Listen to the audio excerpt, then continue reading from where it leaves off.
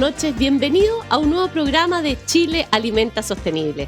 Hoy día vamos a tener un programa variado y viajado. Vamos a hablar de agricultura familiar, después vamos a ir a Barcelona para que Francisco nos cuente sobre las novedades del agua en Cataluña y finalmente vamos a hablar de una salud, este enfoque importante para ir avanzando en cómo vamos entendiendo la salud humana, animal y de los ecosistemas para enfrentar los distintos desafíos del futuro. Pero vamos ahora a lo que nos convoca en esta sección, a hablar con una gran agricultora del monte. Vamos a presentar a Carmen Correa, agricultora familiar, que ya nos va a contar su historia, su pasión y su quehacer, justamente de una municipalidad del monte, donde tenemos un gran amigo en común que nos dejó este año, Francisco Gómez, el exalcalde. Y ya vamos a conversar. Muy buenas noches, Carmen. Muy bienvenida a Chile Alimenta Sostenible. Bueno, muy buenas noches. Me siento orgullosa. Mi nombre es Carmen Correa y quiero contar mi historia del campo, que yo creo que a muchas personas, lo que yo voy a contar se van a enfocar muchas personas, que de repente el campo está abandonado por los grandes, por los agricultores y todo eso. Bueno, yo de hecho, de los 8 años, que me siento orgullosa que mi padre me enseñó a trabajar en el campo. Oye, Carmen, eso que tú empezabas a decir, es verdad, la historia de muchas chilenas y chilenos que están y que viven en el campo. ¿Cómo ha sido esta relación tuya con el campo? ¿Cuándo empezó esa pasión? Esa pasión empezó de los 8 años de edad.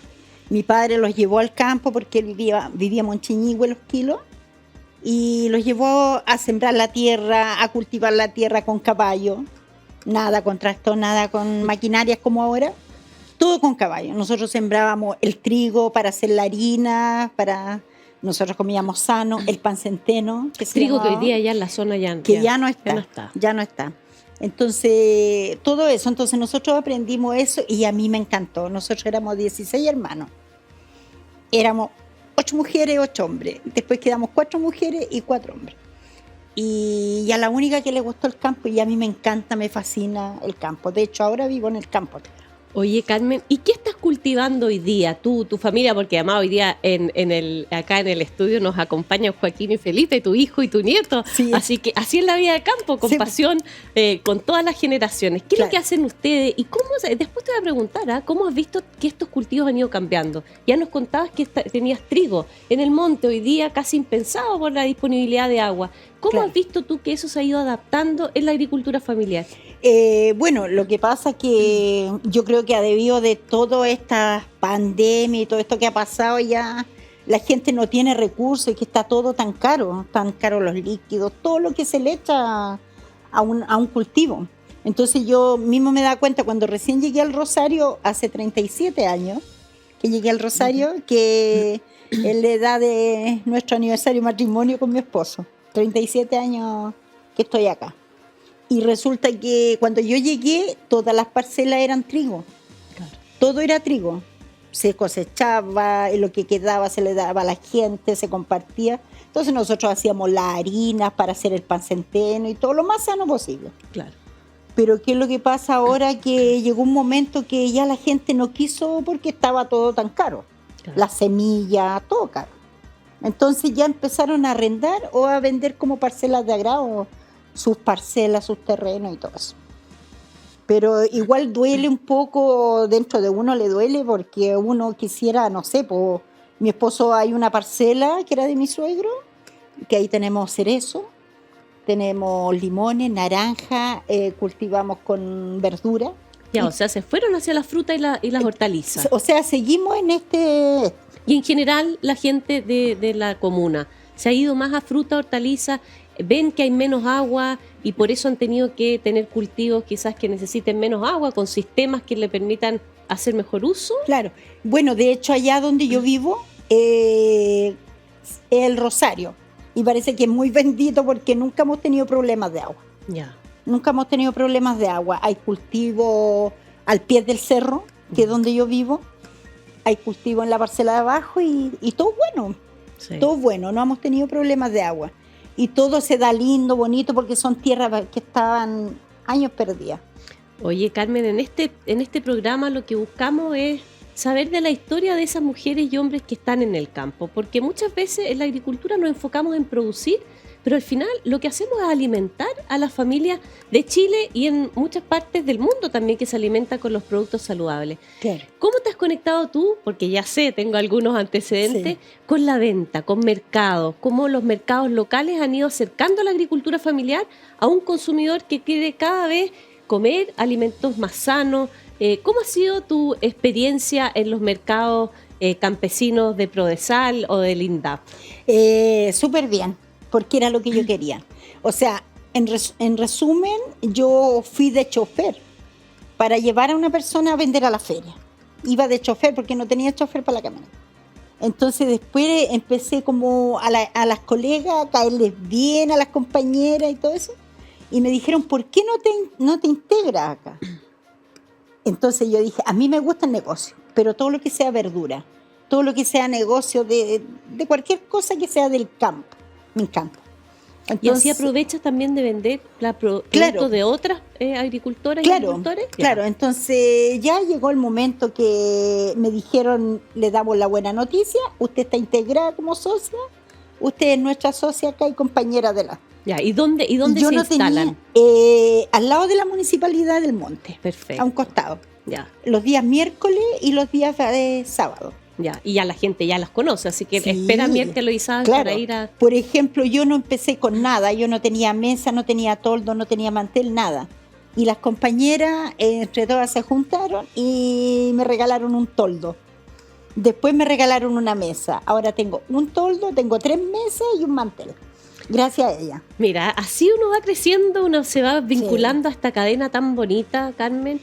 Han sido tiempos difíciles, tú ya dijiste que estábamos en pandemia. El tema de la sequía que ha sido larga y ha sido profunda en el mundo rural. ¿Qué ves tú? ¿Cuáles son los desafíos de la agricultura familiar? ¿Dónde crees que podemos seguir avanzando? ¿Qué conversaciones tienen ustedes con los otros dirigentes que están, en el fondo, liderando esta adaptación que va a requerir este proceso que va mucho más allá de lo que ocurre en Chile? Ya es un tema global.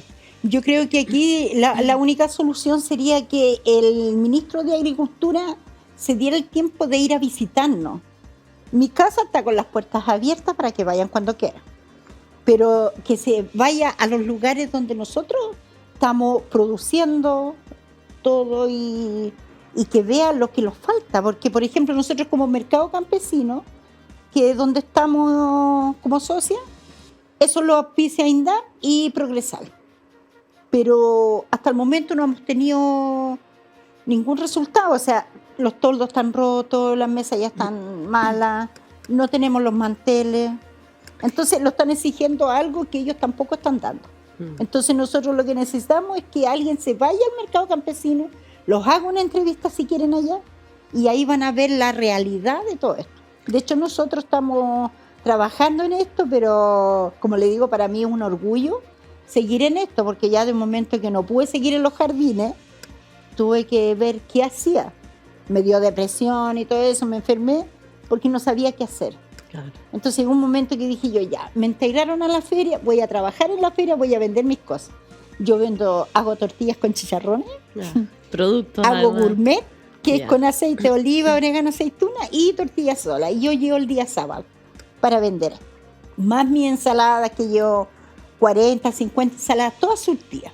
Y ya la gente las conoce, que me levanto 20 para las 4 de la mañana, todos los sábados, para poder hacer en el horno, prender el horno y hacer mis tortillas. Que esté fresquita todo fresco, yo todo lo hago en la mañana.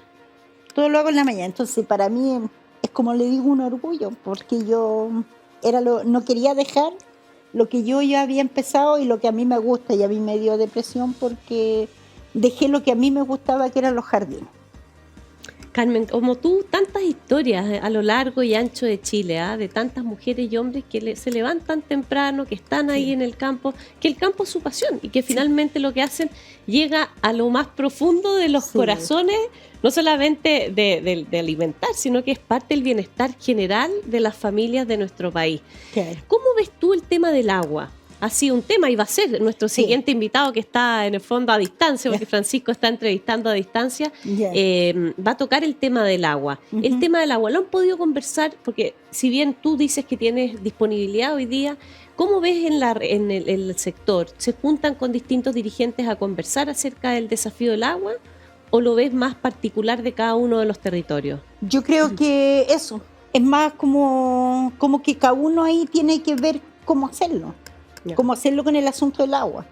Porque de hecho sí, la parte, o sea, donde nosotros tenemos, se mandó a hacer una noria, donde está la parcela, unas norias de esas chiquititas que se hacen y se riega con riego automático.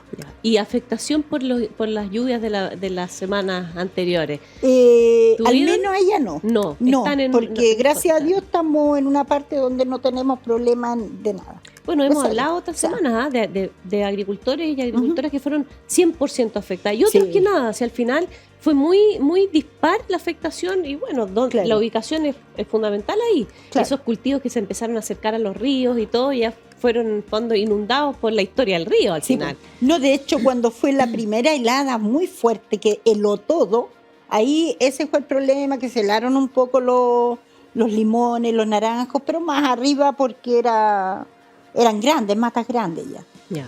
Pero como le digo, lo demás no, del agua, o sea, igual racionada. Claro. Pero no tenemos que compartir. Un día riega uno, otro día riega otro y así. Claro. Así se comparte. Y temas de asociatividad.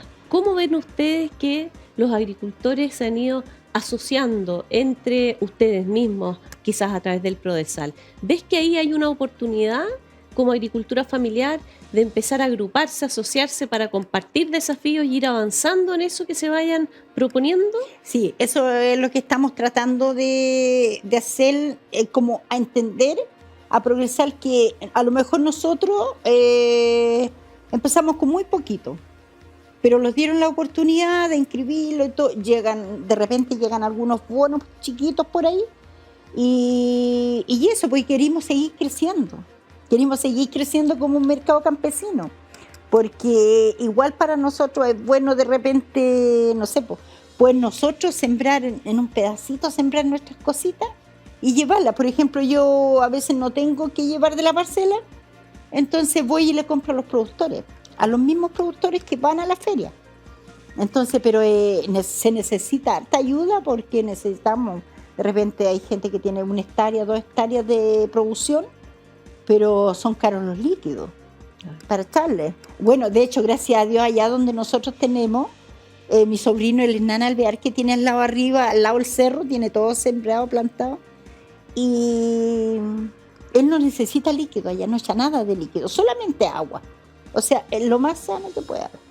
Bueno, y así es la agricultura familiar, en cada uno de los rincones, que cada uno va aprovechando sus condiciones y produciendo una gran variedad de productos. Claro. Oye, Carmen, ha sido una muy entretenida conversación. Quiero agradecerte que estés acá esta noche de lunes con nosotros, conversando acerca de esa producción en cada uno de esos rincones de nuestro país. Y a través tuya, Carmen, agradecerle a todos los hombres y mujeres que están ahí en el mundo rural, aportando no solamente con la alimentación, con la identidad, con la cultura, con las tradiciones, eso que nos enorgullece como chilenos. Claro. Así que quería agradecerte y darle el pase, porque ahora vamos a una siguiente sección, a Barcelona.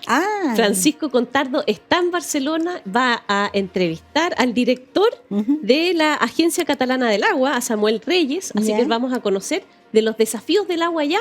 Vamos a una pausa. Muy buenas noches, Carmen. Ha sido un gusto conocerte y conversar contigo. Muy buenas noches a todos y muchas gracias por esta oportunidad que me dieron. Y como les digo, las puertas de mi casa están abiertas cuando quieran. El mercado campesino los espera para que vayan a hacer una entrevista, para que esto sea más grande y vaya creciendo más. Queremos crecer más, pero con la ayuda de ustedes a lo mejor tenemos la oportunidad de seguir adelante. Y ustedes, cuando quieran, vayan a mi casa, los voy a recibir como yo soy, me van a conocer como yo soy. Muchas gracias, Carmen. Muchas gracias. Vamos a una pausa y vamos a seguir ahora con Francisco desde Barcelona. Y más, incubadora de innovación, más alimentos saludables. Somos una compañía que por medio de la innovación y la ciencia aplicada entregamos soluciones a la industria alimentaria, focalizándonos hacia una alimentación saludable, natural y sostenible, que responde a los desafíos del sistema productivo alimentario. Visítanos en www.imas.net y en LinkedIn IMAS Food.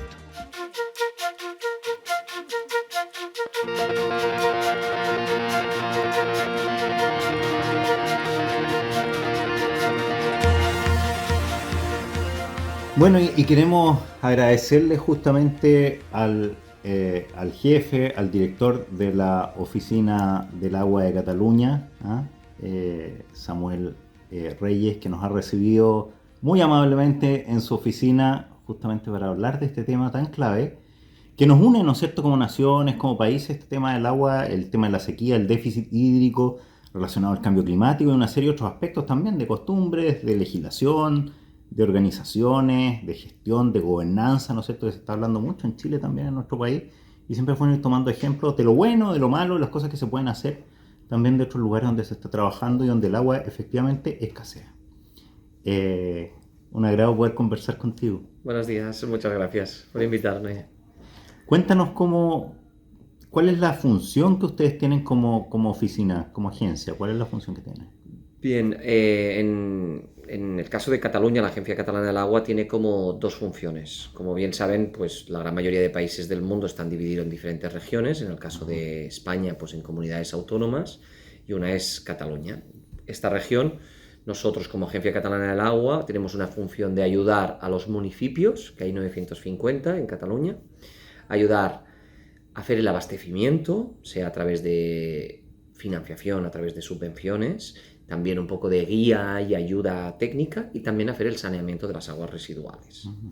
Pero por otro lado, también en Europa se gestionan y se hacen unos planes de gestión para conseguir el buen estado de las masas de agua, de los ríos, de los embalses, de las aguas subterráneas, por las cuencas hidrográficas, ¿no?, por todas las más importantes de Europa.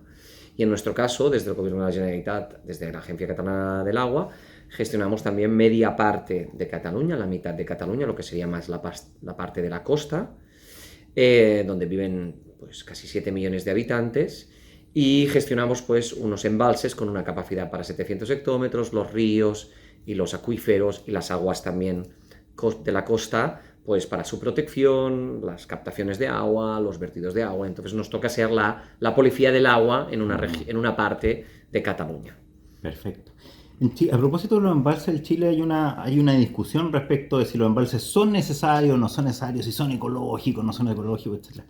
¿Para qué se utilizan esos embalses o dos embalses que existen en Cataluña? En Cataluña los embalses que tenemos generalmente, y sobre todo los de las cuencas internas, son pequeños. Son embalses con una capacidad máxima de 200 hectómetros cúbicos, a diferencia de algunos que podemos encontrar en el territorio cercano como es Aragón, de 1500 hectómetros cúbicos, o hasta, por ejemplo, uno cerca de la frontera con Portugal, en Extremadura, de 3500 hectómetros cúbicos. Es decir, que tenemos unos embalses pequeños. Los embalses, más allá de ser una fuente de abastecimiento porque te permite recoger las aguas en periodos de lluvia y tenerlas, garantizarlas durante el periodo seco, desde el punto de vista de las inundaciones es muy importante, sobre todo en el territorio que vivimos. Tenemos un clima mediterráneo que no sabe llover. Hacíamos una campaña sobre la sequía que o llueve poco y hay sequía, o llueve mucho y hay inundaciones con ríos que normalmente, o torrentes secos que rápidamente caen 50, 70, 80 litros en media hora y crean una avenida. Entonces estos embalses también nos ayudan a la gestión de las inundaciones. Ahora bien, es una barrera física y eso de alguna manera tenemos que mejorar pues la conectividad fluvial de los ríos. Entonces nosotros trabajamos sea a través de hacer conectores fluviales o de mejorar otros ambientes. Al final tenemos que buscar esta sostenibilidad económica y ambiental en todos los usos. Y en ese sentido, y equilibrando además distintos usos y distintas fuentes de agua que se utilizan, ustedes han anunciado hace poco tiempo, ¿no es cierto?, este plan de gestión de aguas de cuencas externas, ¿no es cierto?, que se lanzó pensando al año 2027. Sí. ¿En qué consiste este plan y qué es lo que prioriza? ¿Cuáles son sus pilares? Como decía, todos los organismos de cuenca, tanto de España, de Europa, tenemos que presentar un plan a 6 años vistas. Ahora estamos en el periodo 22-27, que emana de la Directiva Marco del Agua aprobada por la Unión Europea en el 2000, y aquí estos 2.500 millones de euros son las inversiones que queremos hacer entre todos los actores, sea desde la Agencia Catalana del Agua, del Departamento de Acción Climática a través de inversiones en agricultura, desde los propios regantes, desde los ayuntamientos, otros organismos, para mejorar el estado cualitativo de las masas de agua y también para garantizar pues, el recurso. De estos 2.400 el ACA invertirá 1.400 y de los 1.400 podemos dividir en 600, casi la mitad, para el saneamiento de las aguas residuales, la gran parte también para depuradores ya existentes que tienen más de 30 años y que estamos renovando, y también para hacer algunas nuevas, unos 120 para la gestión de inundaciones, 120 más para crear plantas de agua regenerada, para poder regenerar el agua, reutilizarla, y unos 80 para la mejora hidromorfológica de zonas de humedales y de ríos, y finalmente el resto, unos 400 millones de euros en gestión del abastecimiento a través de la desalación y ayudas a los municipios para hacer nuevas instalaciones de potabilización, nuevos depósitos y nuevas infraestructuras. Hablamos hace un momento del rol de los embalses. ¿Y qué rol tiene hoy la desalación en Cataluña y cuál se espera tener también dentro de estas inversiones que se están Actualmente en Cataluña, en las cuencas internas, nos centraremos en las cuencas internas, que es donde vive el 90% de la población, ¿no? Que es la parte que gestionamos también desde la Agencia Catalana del Agua. Los embalses tienen capacidad para 700 hectómetros y de desalación tenemos capacidad para 80 hoy. Es decir, aún hay una gran diferencia. Con las nuevas 2 desaladoras queremos pasar a 160 hectómetros en 4 años aproximadamente. También el agua desalada es la más cara porque también la energía que se necesita es cara, ¿no? Podríamos decir, se necesita mucha energía. Que eso irá cambiando con los años, con toda la conversión a energías renovables. Pero actualmente es el agua más cara. Es decir, 700 de los embalses, en 4 años 160 de agua desalada. Y luego también está el reuso de agua. Y en eso, ¿cómo están y cuánto es lo que hay por crecer? Realmente la reutilización de agua se ha hecho siempre. De un municipio que está en las montañas, depura sus aguas residuales, las vierte al río, y después otro municipio más abajo, aguas abajo, lo capta. Siempre ha habido una reutilización. Ahora, la gran mayoría de la población en Cataluña está en la costa. Esta agua, una vez tratada, depurada, se envía al mar y le podríamos dar un segundo uso con un tratamiento avanzado. ¿Por qué? Porque es mucho más económico hacer ese proceso de regeneración de agua y reutilizarla que desalar agua del mar, ¿no? Entonces, por eso es tan importante el agua regenerada. Actualmente estamos regenerando unos 70 hectómetros anuales, es decir, casi igual que la desalación. Queremos pasar a 120 hectómetros también en 5 años. Tenemos 25 plantas de agua regenerada en la costa de Cataluña, y sobre todo utilizada en la industria, en el ámbito de Tarragona, a 100 kilómetros de aquí de Barcelona, y actualmente estamos haciendo algo pionero en el mundo, porque pocas ciudades lo hacen, que es el agua depurada, las aguas residuales, son tratadas, son depuradas, se regeneran y son enviadas río arriba a unos metros, unos cientos de metros, de la potabilización del agua. Es decir, estamos haciendo como cerrando el círculo de manera indirecta, con un espacio por el río, y nos volvemos pues, a beber el agua, ¿no? Y recirculamos y la cerramos para potabilizarla. En esta zona, ¿no es cierto?, en la que ustedes tienen funciones, no hay mucha agricultura, ¿no es cierto? El sector agrícola está fundamentalmente en la otra zona de Cataluña, en la que tiene más bien el gobierno general que ver con eso, ¿no es cierto? Sí. ¿Y cómo es la gestión que se hace del agua respecto del tema agrícola? ¿Cómo es la gobernanza del agua agrícola en Cataluña? Aquí en toda España en realidad tendríamos que separar la agricultura de 2 maneras: aquellos que dependen de los embalses y aquellos que dependen de otras fuentes no reguladas. Es importante lo de los embalses porque hay lo que se conoce como comisiones de desembalse, en la que nos reunimos con los usuarios de después del embalse, sean abastecimientos industriales o agrícolas, también los usos ambientales, y determinamos para los próximos 6 meses cuánta agua vamos a desembalsar para todos los usos. Como estamos en sequía, por ejemplo en el río Ter, es el río que pasa por Gerona, este año solo hemos podido desembalsar el 50% del agua para el regadío. Eso nosotros lo avisamos, lo pactamos en marzo, podríamos decir, pero ya lo habíamos hablado en febrero y enero, y el agua se necesita en mayo, junio. Entonces, les damos suficiente tiempo para que sepan si quieren cambiar de cereal, qué plantaciones quieren hacer, porque normalmente son plantaciones anuales, ¿no? Podríamos decir. Eso es la distribución del agua. Cómo después se utiliza dentro de cada parcela y cada comunidad de regantes, aquí es muy importante la modernización del regadío. Hay ciertos ámbitos donde el consumo del agua es realmente bajo, donde algunos agricultores han puesto sondas de humedad a 20, 40 y 60 centímetros, conocen perfectamente las necesidades de agua, hacen un riego por goteo, estos son muchas inversiones que han hecho, pero en periodos de sequía les permite garantizar toda la producción. Y esto, vi por ejemplo un campo de manzanas y me pareció extraordinario el sistema, porque además si llueve ya no tienes que regar, tienen todo digitalizado. Entonces, la gestión en las cuencas internas podríamos decir que es más sencilla porque son unos 300 hectómetros aproximadamente. En la cuenca del Ebro, la parte catalana que comentaba que no gestionamos directamente desde la Agencia Catalana del Agua, estamos hablando de unos 2.000 hectómetros, ¿no? Es 6-7 veces más el consumo. Y ahí la gestión ha sido más improvisada por parte del Ministerio, más complicada y las pérdidas económicas eran más grandes. Pero es verdad que tenemos 30 meses muy secos sin lluvias. ¿Y no existe una discusión acá respecto de la gestión local, de si potenciar la gestión local? Lo pienso no por ni meterme ni opinar en cómo lo hace Cataluña, sino que más bien porque en Chile es también un tema. Se está pensando en el tema desde lo regional, que cada región, incluso la gobernanza de cada cuenca. Claro, la gobernanza de cada cuenca, en nuestro caso, ya es así, ¿no? Es decir, en España, en Europa, es de las grandes cuencas, ¿no?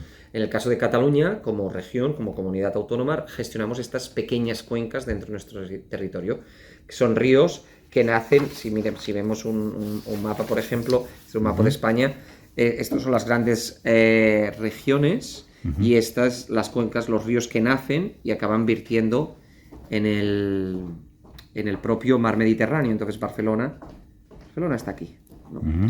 Entonces, estas son las grandes cuencas gestionadas, ¿no? por el Ministerio y nosotros gestionamos esta parte de aquí. Dentro de este territorio, claro, hay la cuenca de un río, de otro río, pero las gestionamos de una manera interna, conjunta.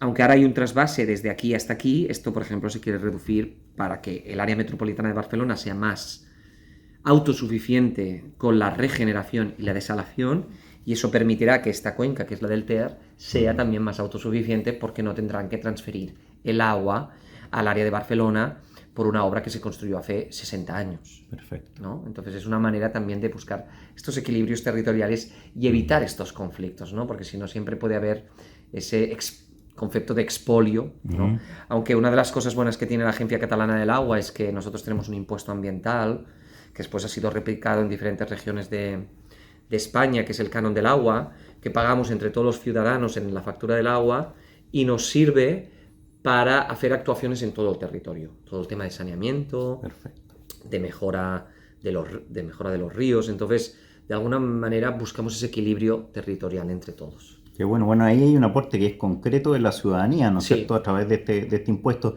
Y hay otro aporte que se le estén pidiendo a los ciudadanos, algunos muchas veces son más testimoniales, ¿no es cierto? A la gente se le dice, dúchate más corto en la mañana, busca formas más eficientes de lavar. Con la sequía. Exactamente. ¿Y qué se le está pidiendo al catalán y al barcelonés en específico? Claro, si casi el 50% del agua que se consume en la cuenca interna es de uso doméstico, urbano, tienen que hacer un esfuerzo también. Al igual que la agricultura tiene que modernizar los regadíos, es muy importante que los municipios mejoren sus redes de abastecimiento. Hay pérdidas en algunas redes de hasta el 10, 20, 30%, eso se tiene que mejorar. Justamente ahora la Agencia Catalana del Agua saca una línea de subvención de 50 millones de euros para ayudar a los municipios, en especial a los más pequeños. Y ahora, con este periodo de sequía que tenemos, también estamos hablando de un objetivo de ahorro de agua, le llamamos el objetivo 90, que sería que cada ciudadano solo consuma 90 litros por habitante día, es decir, cada litros día.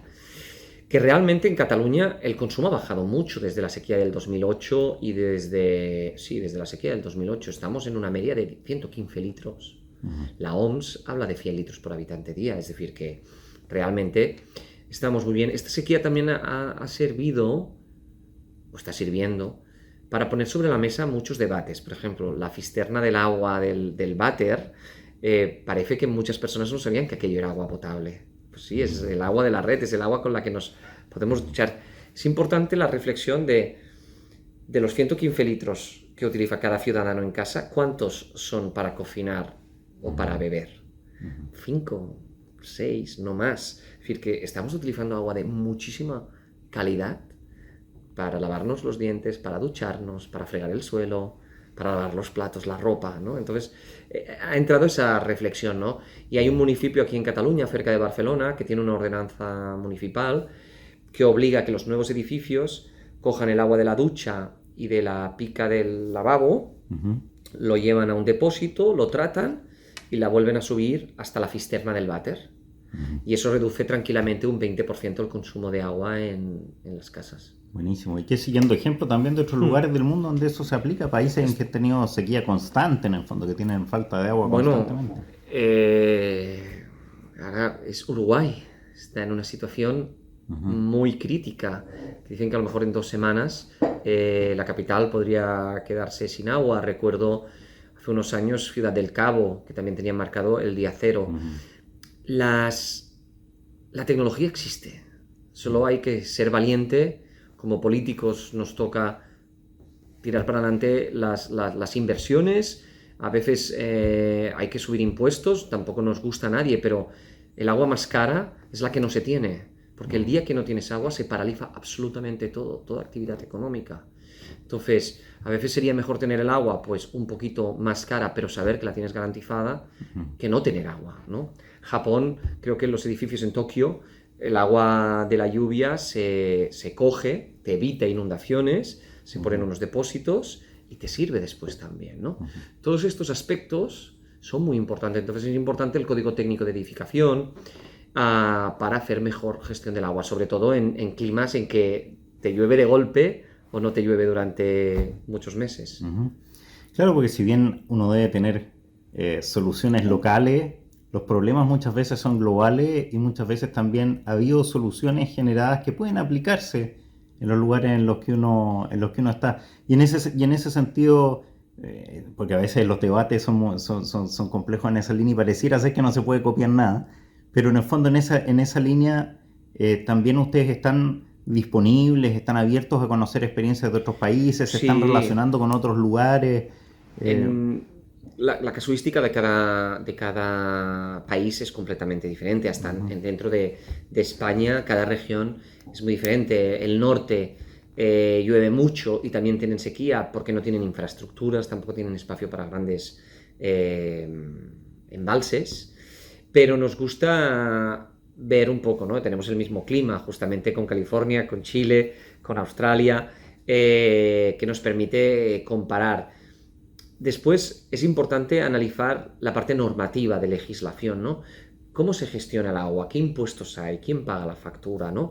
Está claro que es un bien básico y que tiene que ser a un precio asequible, como mínimo esos 100-115 litros habitante día, pero el resto podría tener un precio más caro, ¿no? Es decir, esas políticas y compartirlo es muy importante. Recibí una delegación del gobierno de Chile hace unos meses, estuvimos comparando, nosotros también seguimos ciertos modelos importantes que hay en Chile, que hay en Portugal, que hay en Italia, en España, hay en Europa. Puntos muy importantes es Israel, donde creo que el 80% del agua que utilizan es desalada.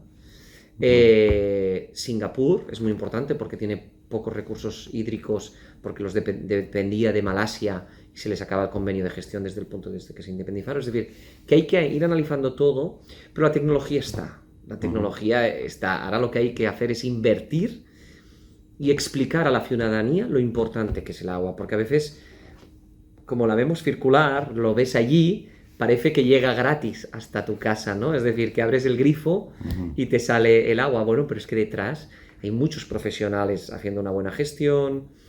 Pienso, no sé cómo es exactamente la gestión en Santiago, pero si el agua proviene de los glaciares o de algunos recursos naturales, las depuradoras que tenéis allí, las de aguas residuales, son inmensas. Creo que hay empresas catalanas que también han colaborado con algunas empresas locales. Claro, si en vez de coger el agua y enviarla al mar, una vez tratada, se hace una planta de regeneración, se utiliza agua, eso quiere decir que coges menos agua, ¿no?, de los glaciares. Es un poco el modelo que nosotros también estamos replicando o haciendo aquí. Claro, sin duda, parecido como lo hacen acá con las ciudades costeras, sí. Se podría hacer allá también con las ciudades costeras. Claro, porque para no utilizar el agua del embalse para regar los jardines o para limpiar las calles, utilicemos agua depurada, es decir, utilizada, depurada, regenerada, y vamos a utilizarla para esos usos, ¿no? Bueno, en Chile hay un valle que es el Valle de Aconcagua, ¿no es cierto?, donde está la primera, la segunda y la tercera sección del río Aconcagua. Y finalmente está la última, que es el agua que llega prácticamente al mar, y hay que estarle garantizando. Y los agricultores reclaman que tienen que estarle dejando agua normalmente a la última sección, que es la sección donde está el Gran Valparaíso, donde está la ciudad clave de la región, de una región muy importante en Chile, la segunda ciudad del país, nada menos. Sí. Entonces, bueno, y siempre están reclamando eso, que el agua que viene de la cordillera tienen que estársela dejando a Valparaíso. Quizás si uno pudiera depurar esa agua, reutilizarla, claro, el agua de Valparaíso podría ser eminentemente... Entonces haces la costa más eficiente, más autosuficiente, y el agua de los recursos naturales que están en las montañas la dejas para, pues, esas ciudades interiores o otras actividades económicas. Ahora, aquí tiene que haber un compromiso de todos de hacer el uso más eficiente del agua. Y, por ejemplo, en nuestro plan de sequía, que activamos hace ya 1 año y medio, pedimos una reducción del consumo en la agricultura.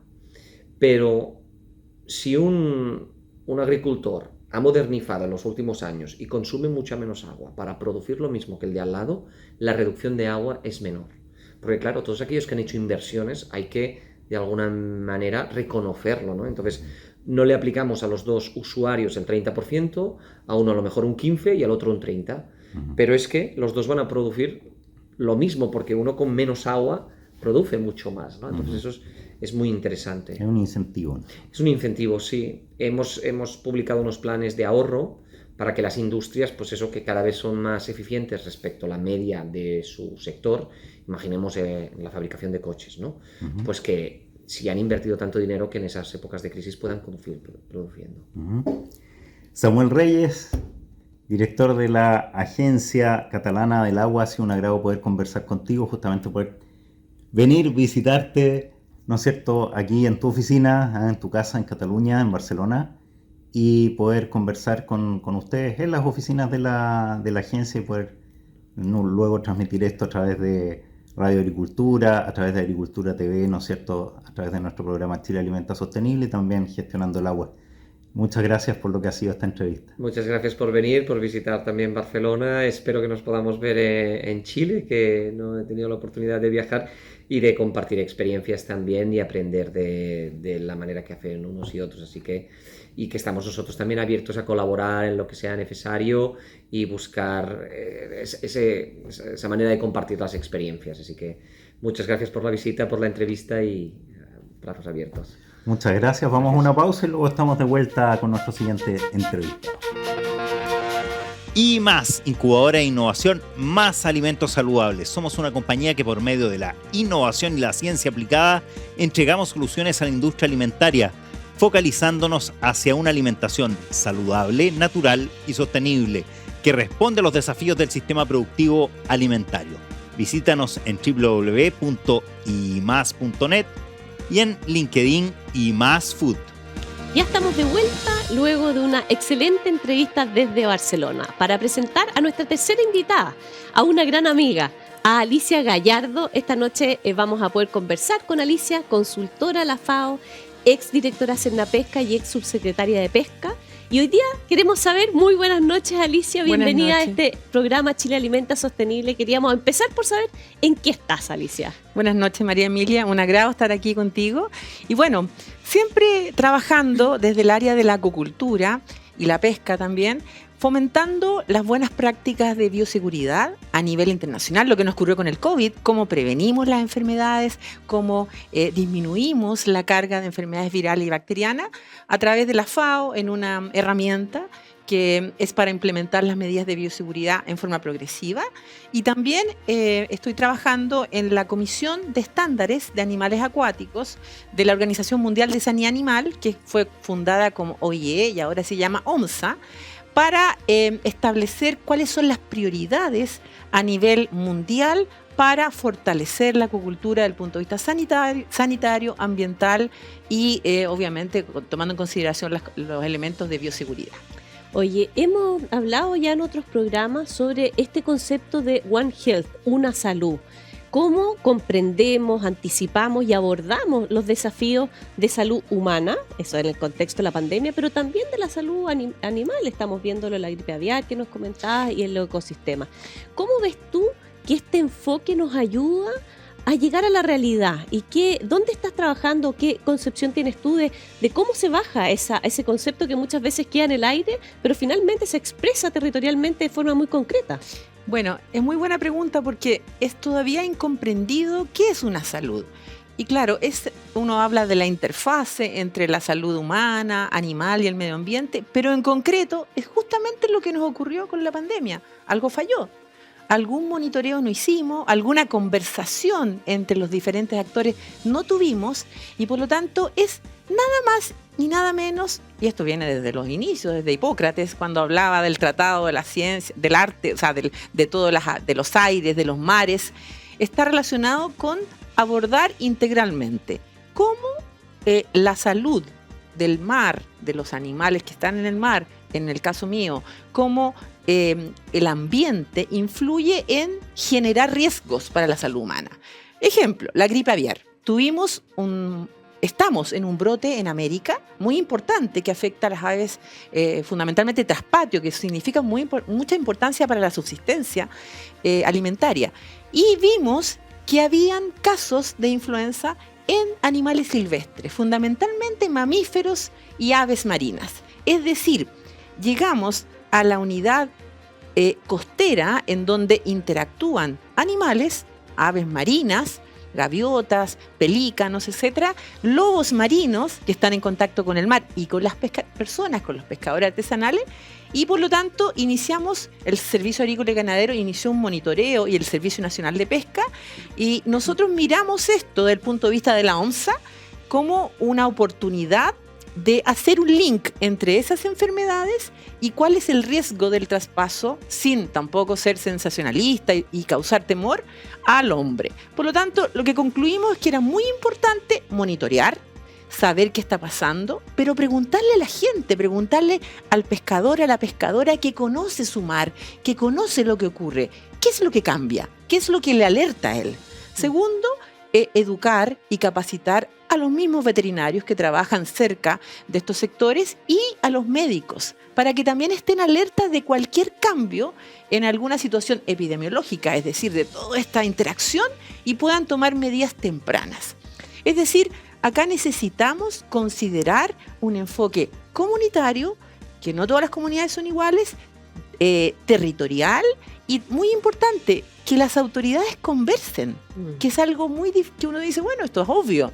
A nivel internacional y a nivel territorial necesitamos esas conversaciones y necesitamos las alertas. Y también es un llamado a toda la comunidad a trabajar en esto que se llama epidemiología participativa, comanejo, tiene muchos nombres, pero es considerar la sabiduría de las comunidades para poder llegar a una alerta temprana. Oye, Alicia, ahora recuerdo esas conversaciones que teníamos hace años sobre el desarrollo rural. Exacto. Y lo importante que era ver esa ruralidad diversa. Muchas veces uno dice desarrollo rural, agricultura familiar o solo agricultura. Estuvimos hablando con una agricultora hace un rato. Pero las comunidades costeras son súper relevantes en esa ruralidad de la costa, valga la redundancia. ¿Cómo ha sido tu aproximación ahí con esas comunidades? Yo sé que tienes historia trabajando con ellas. ¿Y como decías tú, también cuando nos enfrentamos a estos desafíos grandes, muchas veces uno dice, oye, vamos a ir por más tecnología, que por cierto es importante, pero el conocimiento, ese conocimiento que está en los territorios, es relevante para enfrentar estos desafíos. Yo creo que una de las cosas que tenemos que hacer es escuchar a la gente.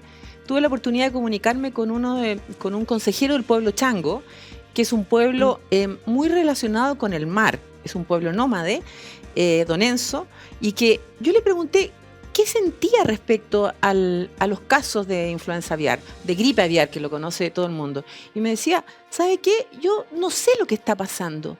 Y eso me da inseguridad, porque no sé cómo puedo ayudar. Mira lo que dice la persona que vive en contacto con el mar en forma ancestral. Quisiera ayudar a mi pueblo y no sé qué hacer. Por lo tanto, ahí tenemos, y sé que hay cosas o efectos que están ocurriendo que yo podría ayudar. Ahí tenemos un primer enfoque. Luego conversé con otro pescador del área del Puerto Montt, don Segundo, que me decía, estoy preocupado, jefa, me decía, acá las especies pelágicas, que son aquellas especies pequeñas que están en la superficie, como la sardina, anchoveta, que es muy rica en nuestro país por la corriente de Humboldt, me decía, están cambiando de área, ya no están donde estaban, y algunas están yendo más al fondo. Entonces, no sabemos qué hacer en esas épocas en que no hay pescado. Entonces, ahí también es importante considerar lo que ellos dicen, porque uno puede proveerlos de algunos mecanismos de mitigación de ese impacto que les impide sacar su pescado para poder subsistir.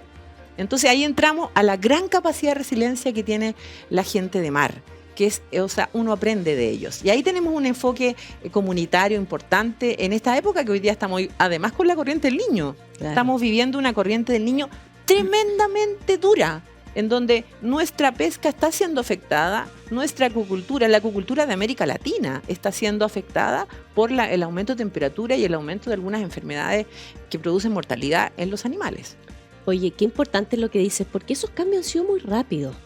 Y el poder involucrar no solamente a las comunidades, sino que a las universidades. Y te conversaba, yo ahora estoy en la Universidad de San Sebastián, que tiene sede en Puerto Montt, y que medicina veterinaria está en estos temas, porque no por un tema conceptual como que quede en la teoría, sino que porque está afectando a las personas en el día a día. Y a las personas, a los pescadores, que es importante, como dices tú, involucrarlos, pero también la salud humana, que está en riesgo, porque uno nunca sabe cuándo esta zoonosis, como hemos explicado en otros programas, este paso de enfermedades de los animales a las personas también afectan el sistema completo. ¿Qué desafíos ves tú que tenemos ahora, no solamente a nivel internacional, hoy día que estás trabajando en la FAO y en los organismos internacionales, sino que a nivel local, a nivel nacional? ¿Qué podemos hacer para enfrentar esto, y en el marco de este programa que es Chile Alimenta Sostenible, considerando la pesca como un ingrediente fundamental para la alimentación de las familias de nuestro país? Bueno, a lo mejor son tres cosas. Una es empatía. Empatía con las personas que trabajan allí. De manera de poder, aquí hay que, como dices tú, yo tengo más años que tú y en la universidad yo estudiaba un ramo que se llamaba Extensión y Métodos de la Comunicación, en donde venía un profesor con un rotafolio, ¿te acuerdas?, que escribía. Entonces hay que saber llegar a la gente que trabaja y que subsiste, que depende de la pesca. Esa es la primera cuestión. Lo segundo, hay que tener transparencia y compartir los datos. Es decir, si hay información disponible, sobre todo en la Universidad de María Emilia, hay mucha investigación que se realiza y por lo tanto lo importante es tener algún método. Todo el mundo ocupa los celulares a través de una aplicación, a través de mensajes de WhatsApp, algún mecanismo que permita que los pescadores, pescadoras, las pescadoras, sobre todo que trabajan no solo en la mar, sino que trabajan en las actividades conexas, que agregan valor a los alimentos, que hacen el ahumado, el congelado, que venden, que encarnan, que tienen actividades muy importantes en nuestro país y no son reconocidas desde el punto de vista de la formalidad. Que hay una ley ahora que están tramitando, la ley de caletas, para poder ellas incursionar en esos aspectos. Entonces, la comunicación, la transparencia. Y tal vez el tercer elemento, la gobernanza. Es decir, establecer algún elemento. La palabra gobernanza también es media difícil, ¿no es cierto? Trillada, entonces, es solo sentarse como estamos nosotros, a lo mejor media hora, los actores principales de la comunidad, cada 15 días, una vez a la semana, ¿qué está pasando? ¿Está pasando esto? ¿Qué podemos hacer? Primero preguntarles a ellos, y ahí es donde entra la universidad, que tiene un acervo de investigación, de conocimiento que puede complementar ese conocimiento empírico que tiene la gente de las comunidades. Probablemente el minuto que logremos esa comunión entre los intereses de la academia, los intereses de los pescadores, de las pescadoras, de la comunidad, y también, ¿por qué no decirlo?, las empresas que producen, que hacen acuicultura, el mundo privado, también debe estar y le interesa mucho participar en esto porque son miembros de la comunidad al final del día. Qué importante es tratar estos eventos no como una emergencia, sino más bien como cambios estructurales. Tiene mucha similitud con lo que pasa con el agua, con las lluvias que estuvimos viendo hace una semana, o con la sequía. Cuando uno ve que es el bono de la emergencia y que uno va en respuesta inmediata, que por cierto hay que hacerlo para eso, y no se preocupa de ese largo plazo, como dices tú, información, gobernanza, empatía, son al final valores fundamentales que nos van a permitir adaptarnos a lo que venga, porque hay incertidumbre, no sabemos cómo se va a comportar y cuánto más va a cambiar esta situación. Oye, Alicia, yo quisiera aprovechar para los que nos están escuchando y viendo hoy día, ¿en qué estamos en la gripe aviar? ¿Cómo lo ves tú? ¿Estamos en la mitad de esto? ¿Se espera que termine? ¿Vamos a tener que convivir con esta y quizás con otras enfermedades? ¿Cómo ves tú esta situación sanitaria de costera, podríamos decir, del país? Yo vi los últimos reportes en la pesca, continúan muriendo muchos animales por efecto de la gripe aviar, muchos animales mamíferos marinos y aves marinas.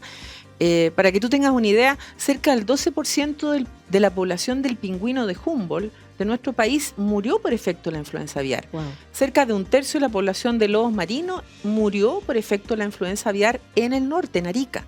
Entonces, los efectos se están viendo, ¿ya? Y probablemente ya la enfermedad está siendo, no tengo los antecedentes de las aves de traspatio, de lo que está viendo el Servicio Agrícola y Ganadero, pero ya existe la enfermedad en todos nuestros países, casi en Latinoamérica, y por lo tanto estamos en una etapa clave de mantener, porque muchas veces tenemos un brote y después se nos olvida y no mantenemos la periodicidad del monitoreo, la periodicidad de las conversaciones con los médicos.